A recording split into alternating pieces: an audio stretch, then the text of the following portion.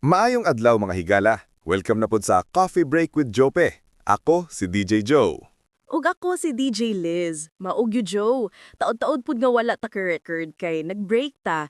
Pero mausad ni ang perfect nga topic ron. Unsaon man gyud pagbalik sa hustle human sa break. Oo, bitaw.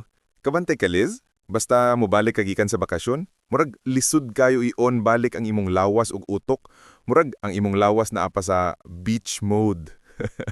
Tinuod garayo. Ako gani, human sa akong weekend getaway sa probinsya, lisod gid kaayo kumubangon sa buntag. Naanad kog late mo mata. Unya pagbalik nako sa trabaho, murag ang alarm clock murag kontra. Maugyod. Nako experience ana, Liz.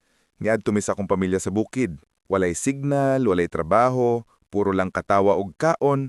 Pagbalik nako sa syudad, murag na shock akong utok kay kalit lang og balik sa mga deadlines, emails ug meetings. Same ta, Joe. Ang ako after sa break, murag nawala akong focus. Imbes nga motivated ka kay bag-o na ka-refresh, usahay kabaliktaran noon, maglisod ka mo adjust. Tanagid ang punto. So, unsaon mo rato pag-manage ani nga transition? Ako, makatabangan gid nako ang paghinay-hinay. Dili dayon ko mag-expect na super productive ko sa first day. Ako ra set ang tulo ra ka butang nga dapat mahuman. Nice kaayo na nga approach. Ako pod na ako'y buhaton nga gamay nga ritual. Sa buntag, muinom ko og kape unya mag-journal gamay. Dili ta na nga thoughts pero simple lang like unsa akong pasalamatan ug unsa nga akong gusto mahuman. Murag grounding na siya, no? Nakay gamay nga routine nga mubalik sa imo. Exactly. Kay kung diretso ka dayon og daghan nga trabaho, ma-overwhelm gid ka. Pero kung naay gamay nga routine nga familiar nimo, murag mas smooth ang transition. Naapod ko na hinumdum nga tambag gikan sa usa ka nakong amigo nga entrepreneur. Ingon siya, pagdala og energy gikan sa imong break.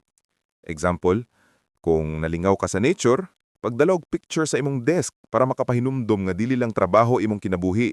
Nindot na.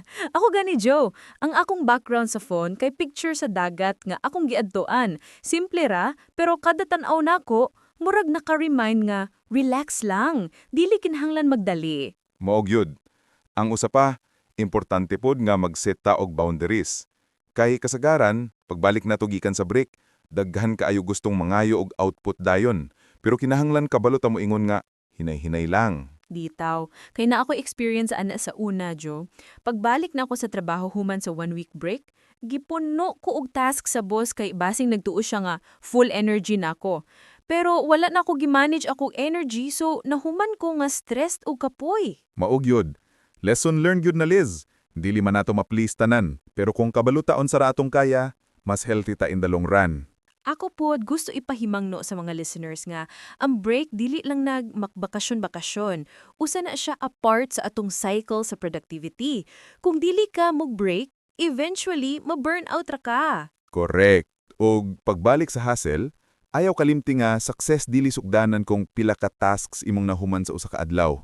Success mo nang nakabawi kag gusog og nakapadayon nga healthy. Nindot ginakaayo na Joe, og siguro ang ako ang pinaka personal nga advice mga higala. Pagbalik sa hustle, hatagi og panahon inyong kaugalingon. Ayaw kahadlok mo hinay. Ang paghinay, usahay maog yun na ang pinaka-epektibo nga paagi aron mo uswag ka og balik. Maog yun. So mga higala, hinaot nga inyong nadala karon nga episode nga pagbalik sa hustle, dili kinahanglan bugat kung kabalo lang ta mo manage ug mohatagol og pasensya sa kaugalingon. Daghang salamat sa inyong pagpinanig ug hinaot nga sa inyong kaugalingong hustle, dal-an ninyo ang inyong mga lessons gikan sa inyong break. Kita-kits na po sa sunod na episode sa Coffee Break with Jope. Ang pingkerong mga higala,